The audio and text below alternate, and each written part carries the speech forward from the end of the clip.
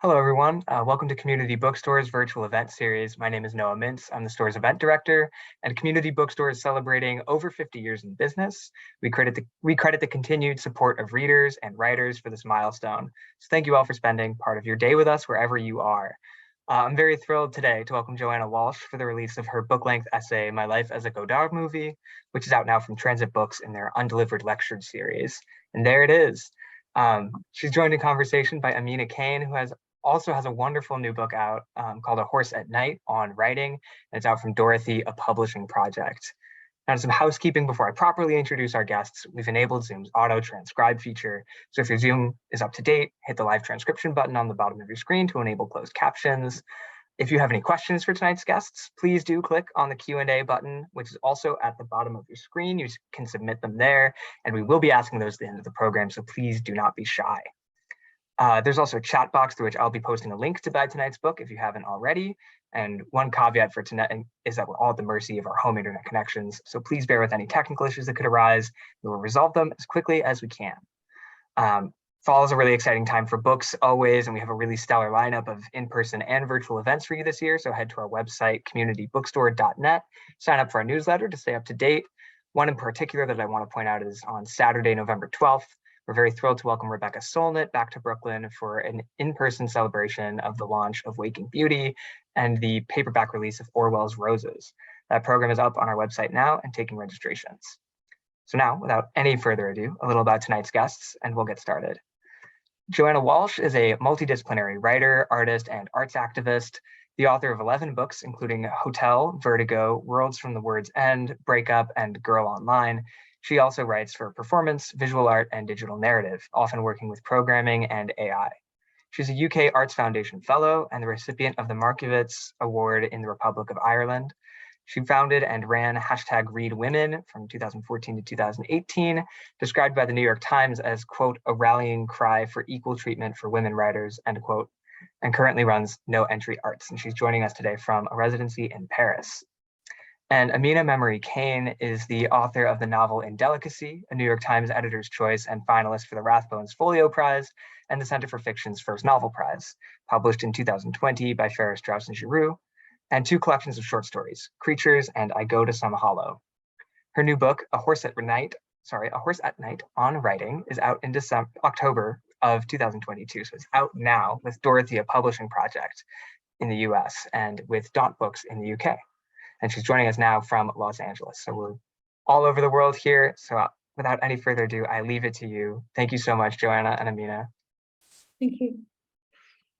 Thank you, Noah. Thank you, Community Bookstore. I'm really happy to be here today talking to Joanna about her new book, My Life as a Godard Movie. I really love it. And in general, I'm a fan of Joanna's work.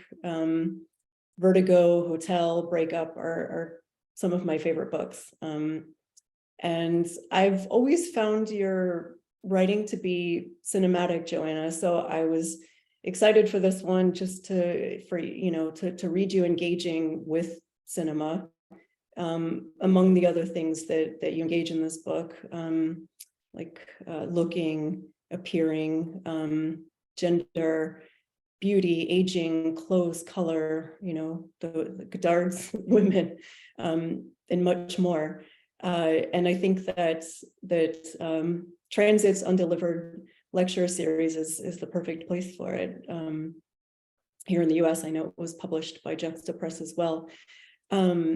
So welcome. I know you've planned to read a little bit from the book, and if you want to say anything kind of introductory about it too, feel free, but maybe you don't want to, maybe you just want to read. I'll leave it up to you.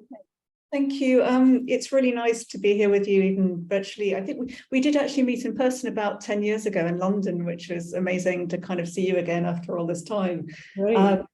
Yay, it's great. Yeah, the book, I wrote it during lockdown. It was very consciously a lockdown project.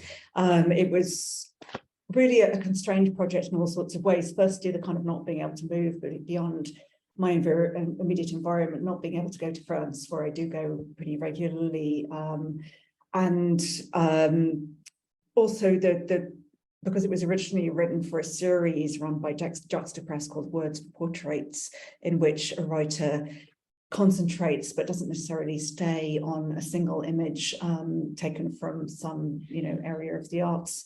Then I did just all of those things. It had a what I was trying to say there was it had a kind of certain length which Juxta was working with. So even though I wanted to deal with as many films as I could before 1967, when Godard decided not to work independently anymore, but to go into a period of collaborative filmmaking for political reasons, and to abandon his kind of auteur status, at least temporarily. So there was all sorts of constraints there. And I also wanted to really write thinking about Godard's cinematic style, as well as kind of my own cinematic style of writing, which I do think is cinematic rather than visual. It's kind of, I move through things in a cinematic way. But I'm going to read, I've divided the book up by film release. So each section is very short, very kind of aphoristic, trying to create a style which echoes Godard's own kind of jump cut style in his early movies.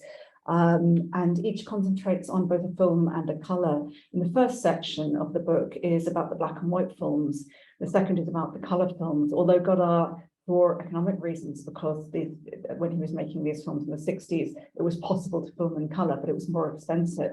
And so he kept going backwards and forwards between colour and black and whites. I find that in itself very interesting. So the films in the book are not in chronological order. They're in kind of order of tone, really. So I'm going to start with Le Petit Soldat, which is one of his earliest movies, and that's grey. I don't watch films in the dark in the cinema, or even on a screen as big as a television. I watch Le Petit Soldat in daylight on my laptop in my kitchen with the dishwasher on. Even full screen gives me claustrophobia. I watch films with a border of life around the edge, my life. Or perhaps that's what I need to escape. Before the green gaze, there was black and white. So many of Godard's 60s black and white films take place in Paris, but not this one. The Godard films I watch are new wave, released before 1968. I was conceived in 1969 and born in 1970, bridging the cusp of the decade. My parents married 2 years before my birth. Yes, in the summer of 68, they made the least radical gesture, which, to be fair, years later I also made, and prepared to live in a world of secondary colours, teal, orange and brown, which we called the 1970s. For what were cars designed? For parents and children. There is no family in Godard, only in Pierrot Le Fou, where it's quickly blown apart. What looks odd in a car? 4 grown men, 2 in kid seats in the back. Here they are, and here alone is Anna Karenina. Godard's women alone, or sometimes move in pairs, but never move in groups. In the car, Karina looks in the mirror as she does in Band Apart, combs her hair like Chantal Goya in Masculine and Feminine. What is she checking? That she is beautiful, that she is still there. Godard plots are driven by desire, for excitement, money, utopia, sex, but seldom love. Love is their byproduct, beauty, its currency. Karina is at first the subject of an exchange of money between men. 2 men desire Anna Karenina. We don't know if she desires either or anyone else. She does not act as though she has a desire. Some men don't ever think about desire in a woman, or there's something about it they don't want to think about. They prefer her to be desired without showing signs of desiring. Or is Godard depicting this situation? What's a green gaze? To be green-eyed is to envy or to desire. These are 2 different things. To desire is to want, to envy is to want to be. Green is a quality not of the envied, but the envier. A green gaze is in the eye of the beholder, so seldom shown beholding. The green gaze holds its subject. It is everything, its subject is not. In Godard, beauty and violence are linked. But he set this up already. Ethics are the aesthetics of the future, I transcribe obediently, as Godard's protagonist Bruno dismisses all women over 25. Godard first married a 20, then a 19-year-old, as though he could rewind to match each. What is it about youth he couldn't shake? When Bruno says it's unfair that women age, it's unclear if he means for him or for them. Then Godard kills Carina again, or rather for the first time, as he will in Le Rachat sa vie, Pierrot le Fou, though this time we don't see. He shoots with a gun, with a camera. She is shot. Godard can kill her, can give her life again, can replay this many times. The privilege of the dead, says Bruno, is not to die again. When Carina dies, it's at a double distance because my subs unsync. I can hear the words, but don't quite trust my French. I think I know what's happening, but I'm not sure. Why did I make the least radical gesture that brought me back to the green square I'd worked so hard to leave? Because I'd wanted a revolution that was fair, a revolution without violence, a revolution without beauty. I knew it was unfair that only beautiful girls got the chance to appear, and unfair that violence destroyed them. I wanted to have a revolution by revolutionizing appearance. Still, there is no arguing with the movement of Carina's head, turning toward or away from the camera, her every normal gesture photographical. Beauty is not an experience for the beautiful, but the eye, the mirror, the lens. Cinema, Bruno claims, is truth at 24 frames per second. If beauty is truth and truth beauty, does something unbeautiful happen between the frames? Or are there gaps of beauty that we never see? What do I desire from this beauty? And what does it want from me? If I watch beauty for long enough, can I find any point commun? And the dishwasher says, "Come, come, come." Point commun meaning point in common, and come means not, or what does it mean? It means non. Yeah, non. Thank you. That was so good to hear you read a bit from the book, and I like that. I mean, I think this would be true if you would have read any section, but just hearing you talk about color, and write about color. I love the way you write about color in the book, both the way Godard, used color, but also as you see it. I know you have also worked as an illustrator, so I feel like color is something you probably think about a lot, but I also really like the form of the book, the way it's structured around, as you said, tones and the films, colors or tones and the films themselves. And saw for sure, just that sense of, I thought that the individual kind of heading pages reminded me of opening credits of films. And I'm always, I'm someone who's really interested in aesthetic experience, and I think it can come in different ways, but I felt like the way the form of the book and the way you structured it connected with style and, with aesthetics. Yeah. What I like so much in Delicacy is so much about a woman observing pictures, which were made by men in an art gallery. So I think I've got something kind of going on there like this. I'm really talking about what is it when a woman is created, an image of a woman is created, either by men or women, because I talk about feminist performance art towards the end of the book, and also the way that it's presented, the way that it's, because of course with performance art it's very difficult to keep records of it. So really it's often photographs of the performance which aren't doing the same thing at all as the original, and which also kind of objectify the performer in a helpless way.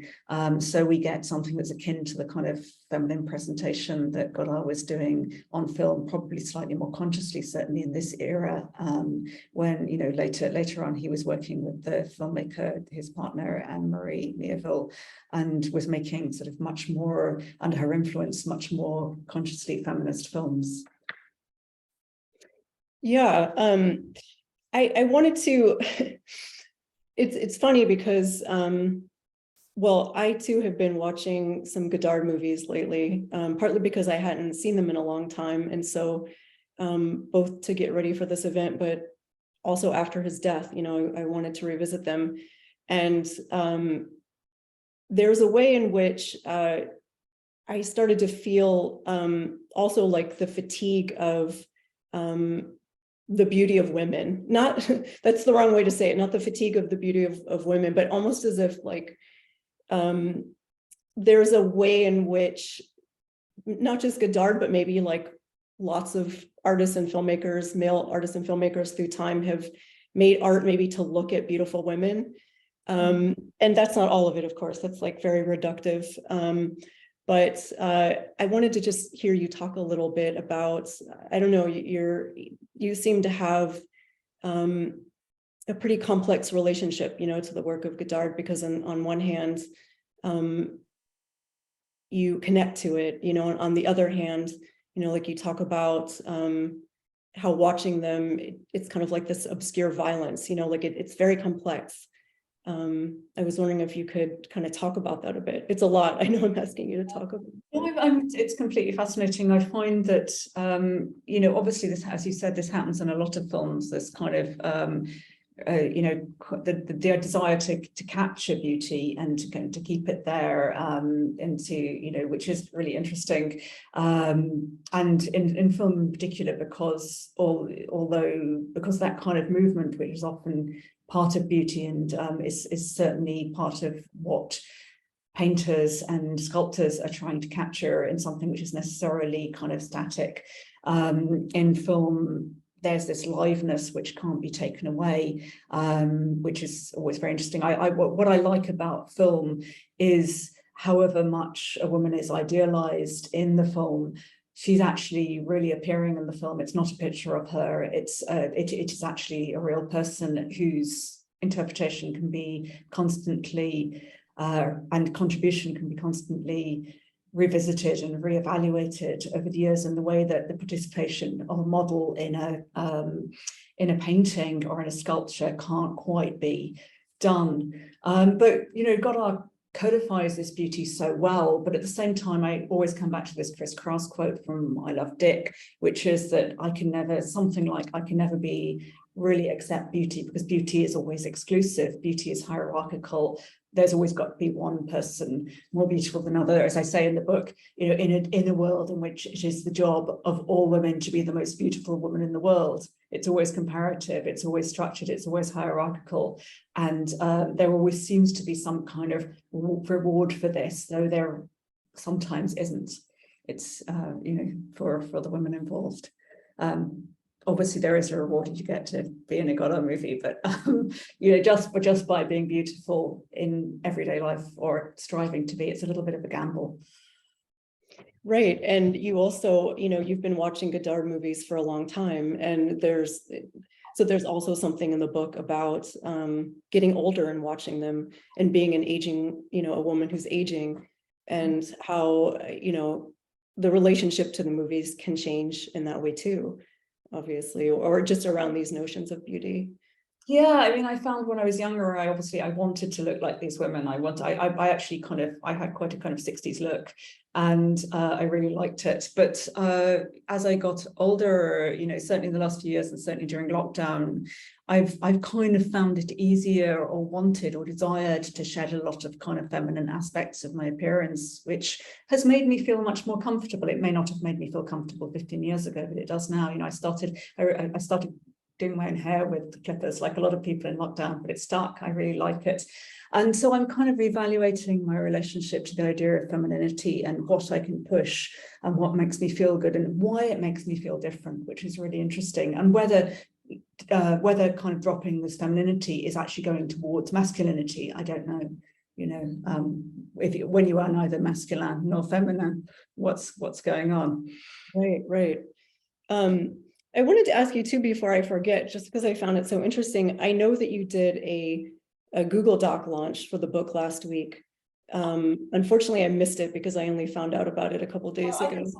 And but I was so interested in it because I've never heard of someone doing that before, and so I'd like to know how it went. But also, it made me think about one of the last lines of alternate ending red, where you write, "It's time to switch off the camera. There must be other ways of making art." And I thought about how, with that event, we're doing so many of these Zoom events now, or sometimes we're in person, but there's no camera, with the Google Doc. So I just wondered how it went, why you chose to do it that way, if it was at all connected to Totally, that. yes, exactly that. And also, the idea of bringing together a lot of critics and artists and writers to create something communal, so that defocusing from the single woman who appears and her appearance is important, or like to try and kind of de-hierarchicalize, or whatever, I probably said that wrong, appearance on the screen, because I was using screens. I think I actually made this up. I don't copyright it, because of course no one can do it, Google Doc as a launch. But yeah, I just literally set up a Google Doc. I wanted to give it a time limited appearance, so it's down now.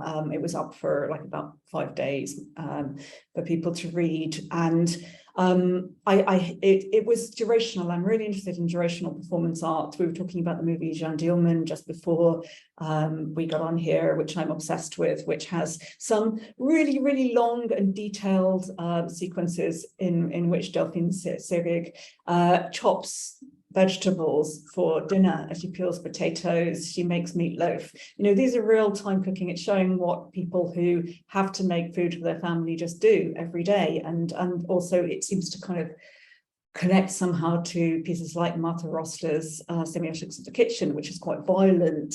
There's both a repressive kind of thing going on in terms of the clothes and the setting and the camera angle, which is very square and straight. But yeah, to get back to the Google Doc, I wanted to do something durational, so it was over 4 hours. I wanted to do something that acknowledged the lives of the people who are giving up their time to come and participate in the launch. So I invited quite a lot of people. In the end, about 9 were able to make it. And they could come and go as they liked. They could ask me one question. Somebody left an audio response. The brilliant Irish artist living in Berlin, Emma Wolf-Howe, left an audio response, and that was a great addition to it. It was something I hadn't even thought of, and we could send the link, and we could all, and that was on a kind of a further Google Doc, so we could all kind of click through and listen to the audio response and then talk about it. So people came and went. They were doing all sorts of things. They were doing childcare. Someone was doing a performance that night but managed to come in between. She's a performance artist, and other people were, they had deadlines, they had work which finished late, work which finished early. So I just really wanted to create something that was somehow just easier to participate in, but also, as you said, it kind of takes away some of the pressures of appearance and also voice when you're, which can be lovely. It can be lovely to see people, and it can be lovely to hear them, and I really like reading aloud, as you can probably tell. But on the other hand, it's quite nice to just strip it back to the words alone. Yeah, I think so. I mean, yeah, as you said, it's nice to have a conversation with someone, but it seems like you kind of created this experience that, yeah, I think I would have really enjoyed, being able to witness. And it's for live, because people could. It wasn't just a finished document, so audience who had the read-only link could watch it as it grew. So they could watch. Sometimes there were 3 people writing at the same time. I absolutely loved that. You could see 3 sentences forming. Yeah. Well, like I said, it feels very apropos, just for what you get to in that second ending. And, I hope I'm not giving anything away, but in that first alternate ending, there's more of an ending with like desire and sort of gratitude and things like that. But there is, but there's also this other side, that you get to. And I think it's a really fascinating place to get to, as one ending of a book that is so much about looking and is so much about appearing. And the book kind of starts out with this sentence I really like. If approaching the end of the world, we're forced to choose a single surviving monument to human art, it won't be how any particular work looks, but the act of looking.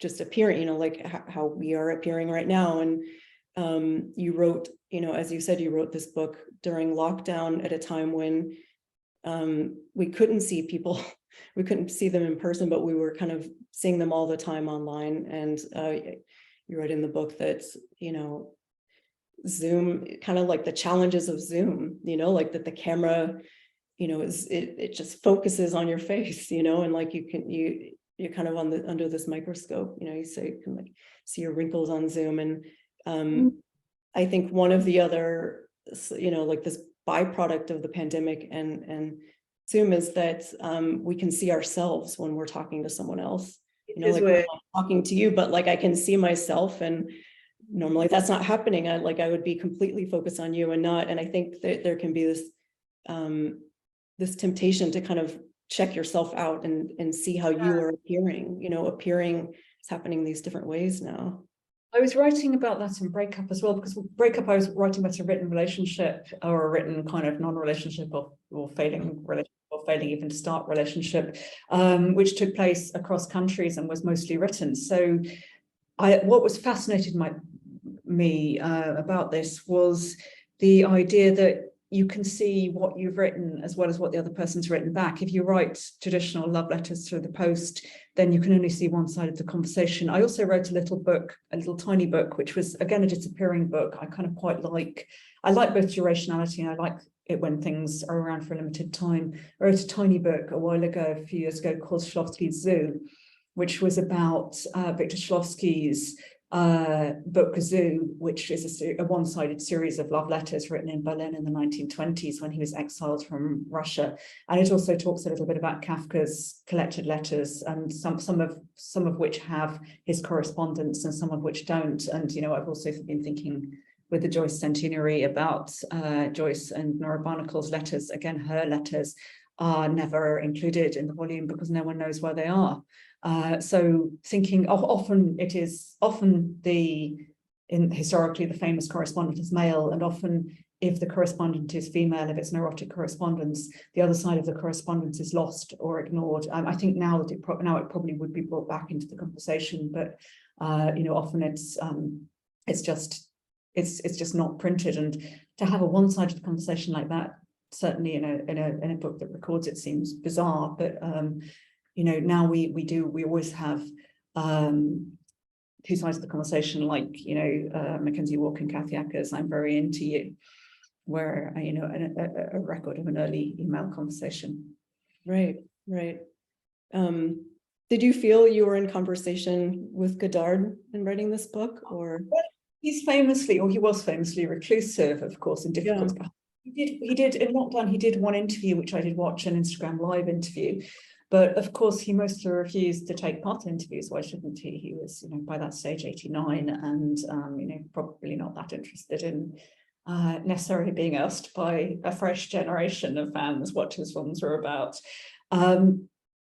But I felt like it was, I was kind of interested in Godard's interest in tennis, and the idea of it as a solo game and a game which you play against an opponent. Although I think that in the film Hard and Soft, which he made with Anne-Marie Mieville, there's a bit where he's just playing tennis, I think, against a wall on his own. So there's that kind of idea of a duo game as somehow solo. But I do think often about the collaborative nature of filmmaking, and the fact that certainly when Anna Karenina died a few years ago, you know, just before lockdown, she was in many newspaper articles, she was headlined as his muse, which may have been one of her, you know, jobs, but she was actually, you know, on the production company. She had a co-production company with Godard. So she was very, very much involved. She didn't just turn up and, you know, say the lines. She was really involved in the making of some of those movies. And then she went on to direct one movie herself. So, you know, that's that kind of, I wanted to bring her and the women who were in his films back into the conversation as slightly more active agents than they're often seen. Yeah, totally. So I should check the time and then remind everyone that if you have questions for Joanna, soon we'll kind of, you know, turn it over to the Q&A and we'll let you talk with her. So any questions you want to put in the Q&A are great. So I wanted to just talk too about something else I liked in the book, is this kind of overlay of the now, you know, with the past. And so you know, meaning the, you know, Godard's 60s, but also there's this really great line you have from Nadja Breton, tell me who you follow and I'll tell you who you are, which he was not, of course, referring to following people on social media, but that's how you wrote it. So I'm just curious about, you know, about that, you know, just the kind of that possible, what I'm, calling an overlay of the now and the past, those different pasts. Yeah, I'm kind of endlessly obsessed with the 1960s, partly because it's, as I say in the book, it's when my parents were young, they were young in that decade. And it was also a moment when youth became very much a thing. It became very exciting. It also became very, very commercialized. And those two things were happening at the same time. So the idea that people could go off and do things they'd never done before, especially for, my parents' generation. My parents were really the first generation in England to benefit from the universal education system. They were offered opportunities which their parents' generation had never had. They had a sense of freedom and agency and opportunity. And this kind of youth quake happened at exactly the same time. But at the same time, obviously, it was very much taken advantage of by commercial forces. So yes, overlaying that with the idea I guess I always got one foot in that. In this book, I've always got one foot in that decade and one foot now in when it's very easy to access all the media from everything that's been recorded, including I occasionally discuss non-Godard films. I discuss it. There's a documentary about the 60s. Well, it was made in the 1960s about, youth trends, made in 1964, I think, called Dolly's Story. No, is it not called Dolly's Story? What is it called? I can't remember. Maybe that's my title chapter. I think so. I know what you're talking about. It's about, it is actually called Dolly's Story 1966, which is a documentary about kind of young London and the trends and the kind of excitement. So I was just, kind of sometimes it's amazing how all these things are accessible somewhere. People are uploading them. People are kind of, you can find them. You can find kind of quite obscure and strange things from every decade, which certainly when I was growing up wasn't. My cultural perspective growing up was much more horizontal because I could only find what was available this year, the music that was available this year, the books that were available this year. And it was much, much more difficult to find things from the past which hadn't become part of the canon. Whereas, now there's just such a lot, because of the internet, there's such a lot more kind of a spread of all sorts of things, including much more obscure and niche culture than we would ever have had access to just, by going to our library or our local CD shop. Yeah.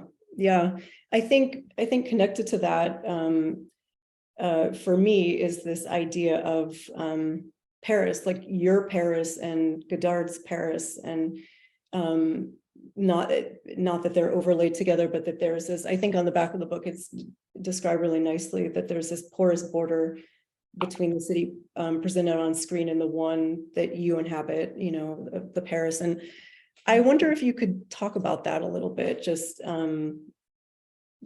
what that space is, that porous space is, Godard's Paris, your Paris.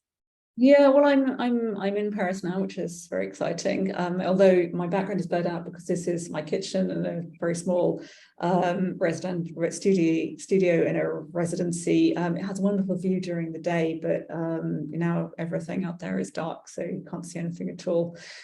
So I can't treat you to a view of Paris right now.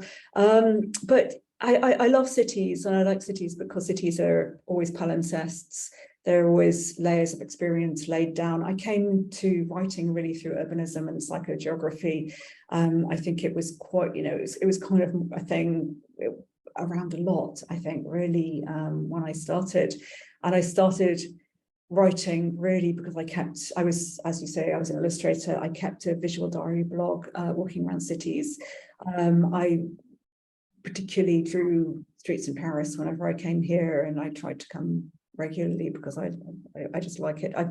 Paris, I think the reason I like Paris and still like Paris is because it seemed to offer, at least then, it seemed to me, this was about 15 years ago, it seemed to me to offer a kind of different version of femininity than was available to me. I was then living in the UK, I now live in Ireland. So I was fascinated by, although the femininity was in some ways extremely conventional, you know, got to do with beauty, to do with you know, conventional femininity, it was also linked in a way that the Anglo-Saxon tradition didn't seem to be, to a sort of revolutionary possibility, a kind of intellectualism in which kind of sex and intellect came together in the streets of Paris. And, you know, it's like that poster, Le Beauté dans le rue, The Beauty is in the Streets, that 1968 poster, which encapsulates that sort of feeling of the appearance of a woman. I've written about this poster elsewhere in Girl Online because it's another one of those just cultural points I'm really fascinated by. A young woman throwing a cobblestone on the barricades, a kind of, you know, a stencil-like, kind of graffiti-like stencil. And just that idea that beauty is in some way revolutionary. It's not telling you why or how, or what happens if you're not beautiful or not young, and how can you, and how then can you participate in a revolution. So these are a few things we have to work out around that sort of ideal. I do talk about this, particularly in the first chapter of Girl Online as well, about the way in which women have been made to be the figureheads for revolutions, which have often had kind of repercussions on the models involved in their everyday lives, which is, you know, they've come to represent things they didn't entirely want to represent every facet of. Yeah, I mean, I think the way you write about beauty is so complex, you know, in this book, and you say at a certain point that you want an art without beauty, which I liked, and I wondered if that is that true, just in terms of kind of like these standards of beauty, you know, that exist for women and that I think exists in Godard's films, or is that beauty of all kinds, you know, like even sort of taking people out of the picture, in terms of art you're writing? Are you, you know, would you say you're not interested in beauty at this point, or not that you're not interested, but that you want to sort of turn away from it, or, you know, towards something else? I think I always work towards beautiful texts because I like to have a level of coherence and excitement, which forms something it could be called beautiful. I mean, you know, I think that's kind of one of my alternate endings, and my alternate endings are really different perspectives on this idea of art, beauty, and revolution. And so you can take which one you want, or you can, I like to work, increasingly I like to work dialectically. I think I always have, and I've often, you know, even in my earlier work in my short stories and things, I was kind of putting a paragraph and then another paragraph which said something completely different, but was in italics, and it was another voice coming in some way, not necessarily a voice that was like out there and happening, but a kind of a different perspective, a different description, a different, you know, point of view. So I like to place kind of things side by side. In the book, I've literally placed two endings side by side, and was printed on a slightly different color paper, and you can kind of, you turn the page and you follow one of them and you follow the other. And I quite like the challenge of like, okay, which one do you read first? Do you read this one to the end, or do you read each page alternately and just progress through the book and you find out which one finishes first? Because one of them does finish slightly sooner, but that was just a, you know, a trick of necessity, really, of how many words that were on each page. You know, I wrote to the length that it needed to be, but I didn't want one of those endings to take priority over the other. And one of them is really thinking about how conventional standards of beauty can be used in unconventional ways, in revolutionary ways, or in positive ways. And one is a call to kind of like look for an alternative to beauty, certainly to female beauty, as something that's a standard in art, and to kind of to set yourself this impossible task of putting something there instead, or building something. Yeah, I love that you had the two alternate endings, and I noticed in myself that I was kind of ending on, you know, the last words, you know, it's time to switch off the camera. I had to remind myself, no, that's only one possible ending here. You know, it's a shame they weren't more of an even length, because that ending does come afterwards. And although I probably feel it is the last line of the book, I don't necessarily want that viewpoint to predominate. Well, it's kind of just nice to see where you know, what your mind does. Like for me to think like, oh, I still wanted to read it that way, you know, but then going back and thinking, no, it's actually much more complicated than that, you know, like in the first ending there, there is beauty and there is, you know, there is this music, you know, that you talk about, this music of I often think I'm glad you said that, because I do think of writing like music. Again, I was just trying to describe the dialectic earlier, but it's also kind of, you know, like a music I don't know very much about. I'm not a musician. I can play the flute very, very badly, which is a confession. But I do understand a little bit about harmony and about putting several parts together in music, and modulating them and kind of taking a theme and pursuing it through various movements, and then coming together at the end. You know, often I really like it when composers take two themes and sort of then they put them against each other, and what happens when these two things, which have developed separately up to a point, then kind of come together and are forced to kind of confront each other. So that's really interesting to me as a structure, but it's not a structure that I know very technically. I know, as I said, a little bit about music, but not a whole lot. Yeah. Well, let's, we have a couple of questions. So I'll read the first out loud from Jessica. Hello, a question for both Joanna and Amina. Both of your writing practices seem very steeped in visual art as something to engage with directly or even evoke atmospherically. Do you ever feel compelled to create visual art in addition to your writing? Is visual art making a part of your writing practices? I would love to hear both of your thoughts on the relationship between literary and visual languages. Would you like to answer first? Sure, yeah. Well, no, I do not engage with any kind of visual practices beyond being a visual writer. I did my MFA at an art school where we were very much kind of encouraged to do text and image together, and I always sort of resisted it. I mean, I can't draw, like I don't have those kinds of talents. I took an artist book class and I made the worst, ugliest books with like so I just don't, but that said, I seem to have a very visual mind. And so I love writing images and often do, and I often do write about art. So it's, so I sort of recognize I have no talent in that area, and I'm okay not having talent in that area. I like to approach images and art through writing. Yeah. What about you, Joanna? I was an illustrator for about 15 years. I guess it was kind of my first career. I mostly illustrated for newspapers, you know, occasionally book covers, things like that. And in the end, it kind of wasn't enough for me, because as an illustrator, I found myself always responding to other people's work, and I very much wanted to make work myself, which is really where this kind of early visual diary, online visual diaries I kept came from. It was the desire to kind of, and I started making pictures which were narrative. So they were really like a lot of what was going on, you know, as I said, often in city streets all at once. And I found I was writing more and more into them, and writing was becoming a more and more predominant element of the pieces. So, you know, I think that's where my writing practice initially came from.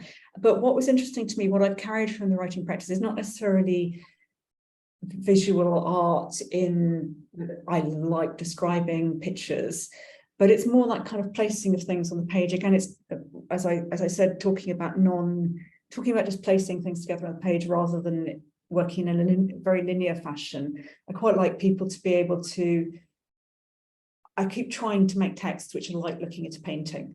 So instead of going through it in a linear way, which I always find really, really difficult to write, I like to put just put sentences side by side and then kind of alter their tones and alter their rhythm. And so I hope that people get almost a kind of, not necessarily reading the lines almost in order. Sometimes I do digital projects where you can rearrange the text in various ways as a reader and choose the way that you encounter the text. So obviously in a kind of conventional book, I do appreciate that you probably start at the beginning and go to the end. Though I have written books where you don't. I've written a choose your own adventure critical theory essay, which was kind of fun and really, really, really hard work. I can imagine. But yeah, I like, I think when you look at a page as a reader, you're also looking at, you're just taking a lot in at once, even before you read it. So you're looking at whether there are short lines, lots of paragraph breaks. You know, if you suddenly look at a line like a page like that, which is quite conventional text. And then there are some where there are sort of breaks and, oops, it's quite difficult to focus here, paragraphs where there are lots of short lines. I can never get this to focus on it. Never mind, you just have to read the book. But you know, I've broken lines a lot. I've created a lot of white space on the page, and so it just, you're immediately drawn into like how I read this page, and then you turn the next page and there's something else going on. I'm really interested in concrete writing. There's a particularly lovely piece by John Cage that I think of a lot called "What are we doing and where are we going?" or "Where are we going and what are we doing?" And it's composed of a number of columns. And again, I like the way he forces you to read on the page, to choose where you start, whether you read across, whether you read down, whether you skip between columns or come back.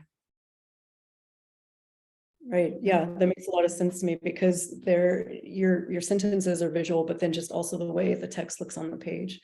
You know, as I said, the kind of heading pages reminded me of opening credits of films, which was really nice. All right, Cynthia asks, could you speak a bit about your writing practice? When do you commit to a project? Is it early on or further into the process for you, for instance? Do you have multiple projects going at once? Do you keep multiple journals, or is your writing and research all together in one place? I like these questions. Yeah, they're very good questions. Yeah, okay, there's lots and lots of questions, sub-questions in that, but it's all right because I can see it, I've got it here. Okay, I'll start at the end. Multiple journals is a funny idea. I certainly keep one journal, which I feel is a writing journal. It's personal, but most of it will eventually be used in some form. I don't keep a personal journal, which is separate from that. And then I keep notebooks, which are research notebooks, which are usually looking into other people's writing. Like I've started writing another book for Verso at the moment, which is about internet aesthetics. And I'm really just reading a lot of critical theory at the moment. And so that's what goes on in that journal, is notes from books. And then I kind of write a paragraph sometimes that I think I'm going to use. And I use Scrivener, so everything's kind of laid out into projects. But the diary, the kind of main diary journal thing is on Scrivener too, but it's not, I just grab things from it and take them into other projects as I need them. Committing to a project is probably not something I do at first. It depends on the project. Sometimes I sit down and, well, usually I have a vague idea for a project because I know I've got some material, but the material isn't really very much directed towards the project yet. And what I'm really interested in that process is the point at which you kind of, I think this is probably what you're talking about, the point of committal, the point at which you start kind of forcing it in some way, because in the end, you know, however much, I do a lot of writing where I pretend I'm not writing the thing. I do a lot of work around, I think, okay, I'm going to sit down and write down everything I can think of to do with this subject or this kind of event or whatever it is, and I'm not going to worry about where it goes. It'll start building into something, and that's true.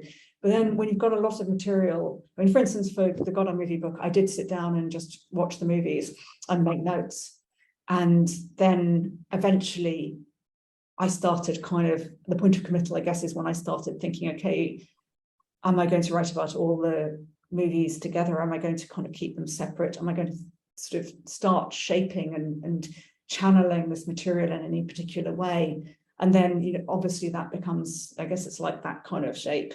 It becomes more and more pointed as you go on, because eventually you've just got to get down to that, okay, I'm going to cut this, which is, that's a really hard bit. It can also, but also can feel very good, because, you know, I may use it elsewhere, I may not, but that sort of moment when you decide, this is really good, but it doesn't fit. Is it going to go in the book? And there's something really great about saying no to your own good material because it won't fit. Right. It's hard, but it does feel good. Yeah. It really can change your relationship to what you're writing, when you kind of lose that excess.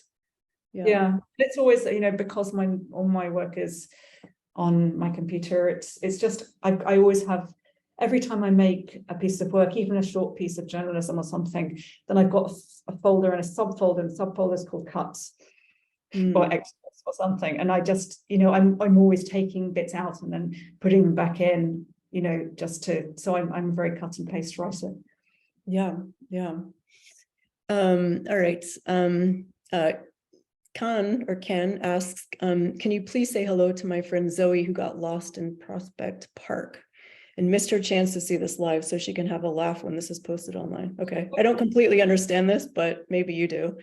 Yeah, I don't know Prospect Park or how easy it is to get lost in it, but hi Zoe, I hope you make it to the recording, if not the event. Yeah, I guess it's just a sweet gesture, this one. All right, Cynthia also had a question about, and then I want to get to Mandy Suzanne's question too. The forms you construct are very inventive. Who would you consider a few of your strongest influences, and or who or what inspires you these days? Yeah, I hate the influences question because I find it really difficult, especially when you're dealing with people who are still alive. I don't, really like to talk about. I don't know whether a lot of my influences really come from writing, though.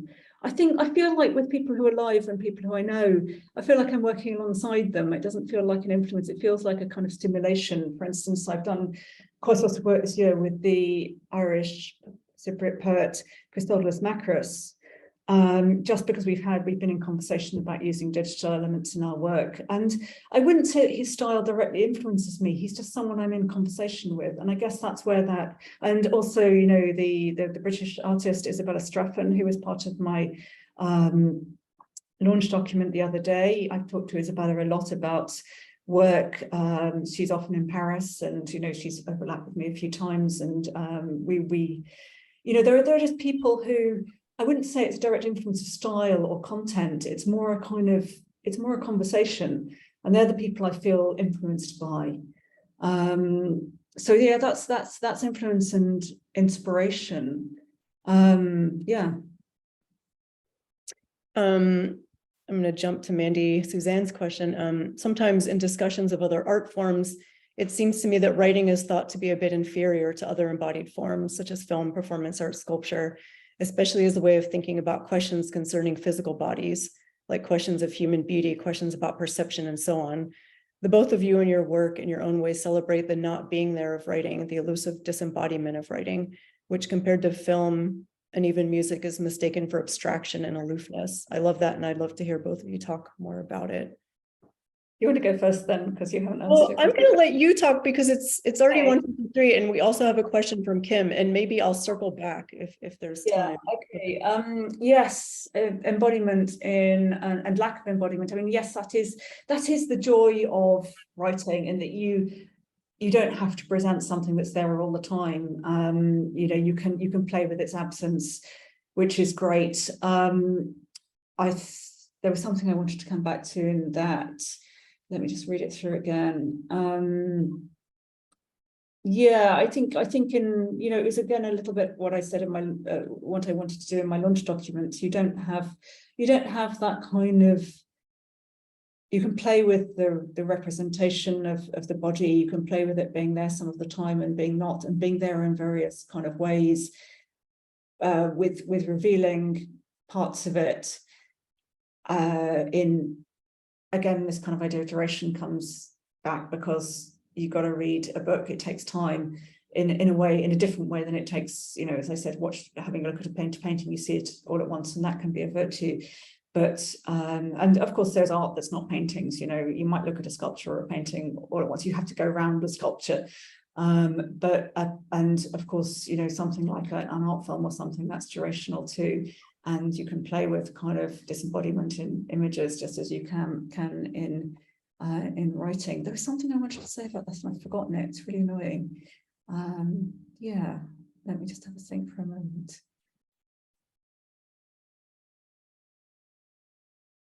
I don't know, let's go back on to the next question. And then Yeah, let's go to Kim so we can answer all of them. I'm interested in Joanna's current postcard project. Can you talk a little about this? Yes, yeah, I'd love to. I'm in Paris, and I got to Paris and I just thought, you know, I can't keep away from interactive projects and ones which involve communication. So I just thought I'd quite like to, I don't know why, I just thought I wanted if people would send me postcards here to this kind of residency address, which if you want to do it, you can still do it, and it's on Twitter. So you look up my Twitter handle, which is Godard, Badaude. You can look up the address of my residency and send me a postcard, and I will reply to it. I like the idea of correspondence between strangers. I liked the idea of correspondence which is public, because it's not a postcard. I mean, mail art and postcard art is, in this sense, is not at all a new thing. And the idea of the kind of form of writing, both physically and conceptually, that you can fit on a postcard is not new. But I quite wanted to do it. It's still a project where you think about things like how long it takes for the postcard to get there, what kind of intimacies can be revealed or hidden, what you've got space for, and also I kind of wanted to, I got quite a lot of postcards so far, so I thought what I'll do is write a diary entry every day and not hold back, even if I'm feeling really shit and I hate everything. Just write that on the back of the postcard. And so unfortunately, some people will get these postcards, but ask them to take it as part of a project. And then I'll have a kind of diary that's scattered across the world. And I will photograph all the postcards. I think I'll put them up online in some way. I won't photograph necessarily the ones sent to me, because, you know, people didn't necessarily buy into this. I hadn't decided what to do when I got the postcards, but I will photograph everything I sent back, and I think I'll put them up somewhere so that people can read the whole thing together if they want. But again, it's fragmentation, it's kind of and intimacy and distance, you know, all these things I'm writing about all the time. Yeah, I love that. So do you want to ask a question about embodiedness in writing? I don't totally know how to answer that question, if I'm honest. I mean, well, for one thing, I'll just say that I think that writing can, well, one of the things I love about writing is that I see it as a sort of limitless form, and all the things that other disciplines can do, you know, whether that's film or performance or something, I think I'm always trying to reach towards being able to do them too, you know. So in a way, for me, this connects to that first question I was answering about kind of like the visual in my work, you know, and not being a visual artist myself. But, you know, it's, for me, the reach is always through writing, and it's part of why I want to write. And I think in terms of, you know, the disembodied and the embodied, I'm interested in both, you know, and probably write both and kind of reach towards both. Yeah, I think that's the only way I really know how to answer that question in this moment. Yeah. But thank you for all of your questions, everyone. Thank you, Joanna. I really liked hearing you talk about the book. Yes, thank you so much, both of you, Joanna, Amina. This was so much fun. I could have listened to this conversation forever, but I know it's very late where you are, Joanna, so we should let you get to bed. Those of you at home, thanks again for watching and for your very thoughtful questions. We hope you'll purchase a copy of My Life as a Godard Movie and Amina's book, A Horse at Night, from Community Bookstore, and we hope to see you at another virtual event very soon. Thanks again for joining. Have a great evening or afternoon, wherever you are.